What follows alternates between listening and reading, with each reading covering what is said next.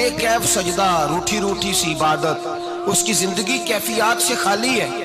جس شخص کو پتہ چل جائے نا لوگ میرے مخالف ہیں، اس کا تو سجن رہتا ہی کوئی نہیں. اصل بات یہ ہوتی ہے کہ یہاں سوچ بیٹھا ہے کہ دنیا میرے خلاف ہے، یہاں مخالفت یہاں بیٹھ گئی ہے. دو بندے باتیں کر رہے ہیں تو پریشان ہے، میرے خلاف ہی لگے ہوئے ہیں.